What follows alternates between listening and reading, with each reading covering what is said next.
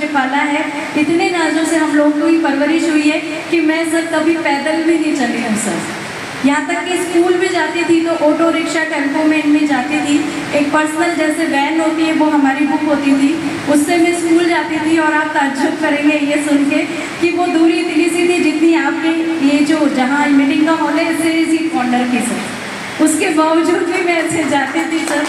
तो इतने नाजों से हम पले और आज हकीकत कहूँगी, आपसे झूठ नहीं कहूँगी सर, आज भी अगर थोड़ा सा चलती हूँ तो पैरों में छाले पड़ जाते हैं सर। लेकिन कामयाबी के सफ़र तक पहुंचने के लिए हमें कठोर भी बनना पड़ता है, मजबूत बनना पड़ता है, मेहनत करनी पड़ती है और उन सभी रास्तों पर चलना पड़ता है जिन पर हमारे गुरुओं ने कदम रखा है। अगर हमें सफल होना है तो अपने सारे ऐशो आराम त्यागने पड़ते हैं। अगर आज आप अपने ऐशो आराम त्याग नहीं करेंगे तो आप कामयाबियों की सीढ़ी पर कभी नहीं चढ़ पाएंगे, कामयाबी का स्वाद नहीं चख पाएंगे। यस? तो तैयार है? तो अब मैं अपनी आगे की जर्नी बताना चाहूँगी कि मैं हाँ बहुत अच्छे देख रही थी, जॉब के लिए ट्राई कर रही थी। ऐसे में परिवार वालों को लगा कि लड़की अच्छी है और आप तो जानते हो हमारे यहाँ रिश्ते सर, हंसी आती है बताते हुए, 10th क्लास से रिश्ते आने शुरू हो गए थे। आप सोच सकते हो 10th क्लास का बच्चा कितना छोटा होता है, 15-16 साल का बच्चा, और उसके लिए रिश्ते आ रहे हैं। और किसके रिश्ते आ रहे हैं? नारकोटिक्स विभाग से आ रहे हैं, और कोई मेडिकल लाइन से आ रहे हैं, कोई कॉलेज जयपुर में जो सुबोध कॉलेज के स्टूडेंट थे, जो सर थे मतलब प्रोफेसर थे, उनका रिश्ता आ रहा है। आप सोच सकते हैं कि एक 10वीं क्लास की बच्ची हो और उसका रिश्ता किससे कर रहे हैं? जो एक मेच्योर पर्सन है उन लोगों तक के रिश्ते आने शुरू हो गए थे। लेकिन कहते हैं कि समय बहुत बलवान होता है और माता पिता की भी इच्छा और साथ में समाज भी यही चाहता है कि लड़कियों की शादी समय से हो जानी चाहिए। यस? तो मेरी भी शादी हो गई और भगवान ने सपना तो पूरा करा लेकिन माध्यम कोई और बने, और भगवान ने उस वक्त मेरी ज़िंदगी में मेरे हस्बैंड, मैं चाहूँगी एक बार ज़ोरदार तालियाँ हो जाए मेरे हस्बैंड के लिए, उनके माध्यम से मेरे जीवन में बदलाव आया। क्योंकि अभी तक सबकी सोच होती है कि सरकारी नौकरी वाले से शादी होनी चाहिए, और माता पिता और परिवार की नज़रों में मैं वो भाग्यशाली लड़की हूँ जिसकी शादी गवर्नमेंट जॉब वाले लड़के से हुई है। और सर की बात करूँ तो सर कोटा कोर्ट में गजेटेड ऑफिसर हैं। जी हाँ, आप लोगों के लिए ये बात बहुत मायने रखेगी क्योंकि बहुत से लोग इस आरसीएम सिस्टम को सिर्फ ये समझते हैं कि या तो ये व्यक्ति बेरोजगार है या ये किसी काम का नहीं है इसलिए आरसीएम कर रहा है, या इसकी कोई मजबूरी है इसलिए आरसीएम कर रहा है। लेकिन यहाँ आज आपको पता चलेगा कि आरसीएम किसी का पैशन भी हो सकता है।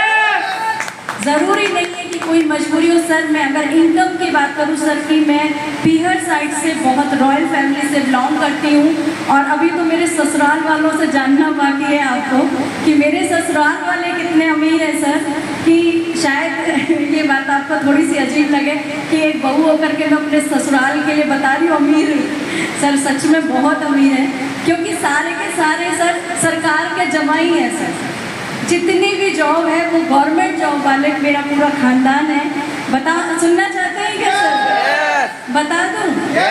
किसी को बताएंगे तो नहीं?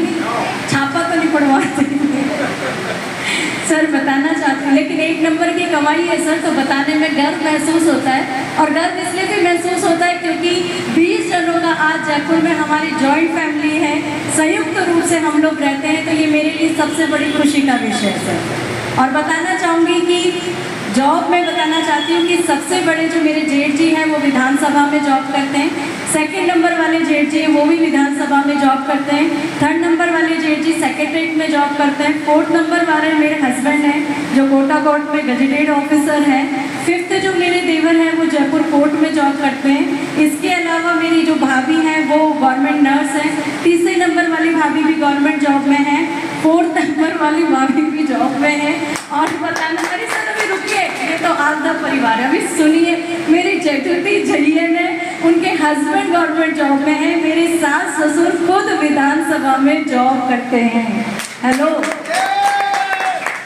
अगर आपको ये गलत फहमी हो कि आरसीएम वो व्यक्ति करता है जो बिल्कुल जिसके पास कोई आधार नहीं हो, जो बेरोजगार हो, बिल्कुल वो करता है, नहीं सर, आरसीएम वो व्यक्ति करता है जिसका विजन क्लियर है। जो विजन देख सकता है, जो फ्यूचर देख सकता है, जो आने वाली घटनाओं में ये सोच सकता है कि आज से 20 साल बाद मैं अपने परिवार को किस स्थिति में देखना चाहता हूँ, आज से 20 साल बाद मैं अपने परिवार को क्या देना चाहता हूँ, वो व्यक्ति आज के टाइम में आरसीएम करेगा। आज आप अपनी खुशी से करें, बहुत अच्छा है, वरना अभी मैं आज आपको कह देती हूँ 2030 में लोग लाइन लगा करके पैसे दे करके फॉर्म भरेंगे कि हमें आरसीएम में शामिल कर लीजिए। सर, इस जर्नी की शुरुआत में बताना चाहूँगी, शादी हुई, जिम्मेदारियाँ बढ़ी और कई बार मुझे ऐसा लगता था कि मैं जॉब करना चाहती हूँ, लेकिन आज आप सब ये ज़रा बताइएगा कि अगर मैं एक अच्छे बड़े कार को लेने का सपना देखती हूँ, कार कितने तक की आती होगी सर? बताइए, कार तो सबके पास है ना, कम से भी कम 5+ तो मान के ही चलिए, 5 लाख से तो ज़्यादा की आती है कार, नॉर्मल से नॉर्मल। सर ये बंद कर दीजिए ना विंडो, थोड़ा विंडो का शोर बहुत आ रहा है बाहर का। कितने तक की आती है सर कार? बोलते नहीं हो, आपके पास कार नहीं है क्या? सर कार है ना सबके पास? 7 से स्टार्ट है, 5 मान लीजिए लास्ट, 5-7 लाख से स्टार्ट होती है सर। अब मैं आपसे पूछना